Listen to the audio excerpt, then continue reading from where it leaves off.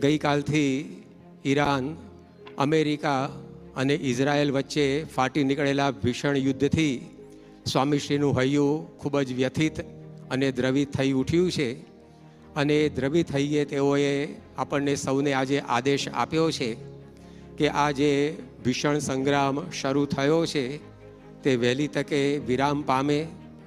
યુદ્ધની આ વિભીષિકામાં, કરુણાંતિકામાં અત્યાર સુધી જેટલા લોકો ઓરાઈ ચૂક્યા છે તેઓના મૃતકોના આત્માને શાંતિ મળે. જેઓ ઘવાયા છે તો વહેલામાં વહેલી તકે પુનઃ સ્વાસ્થ્ય પ્રાપ્ત કરે. આ યુદ્ધ દરમિયાન કરોડોની માલ મિલકતને જે નુકસાન થઈ રહ્યું છે એ વહેલામાં વહેલી તકે ભરપાઈ થાય. યુદ્ધ દરમિયાન જે લોકોએ પોતાના સ્વજનો, લાડકવાયા ગુમાવ્યા છે તેઓને આપત્તિ સહન કરવાનું બળ મળે.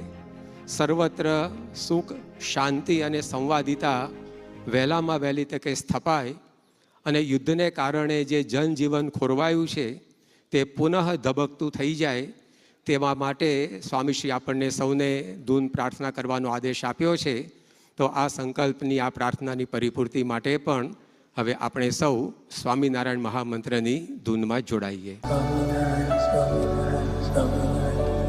Swami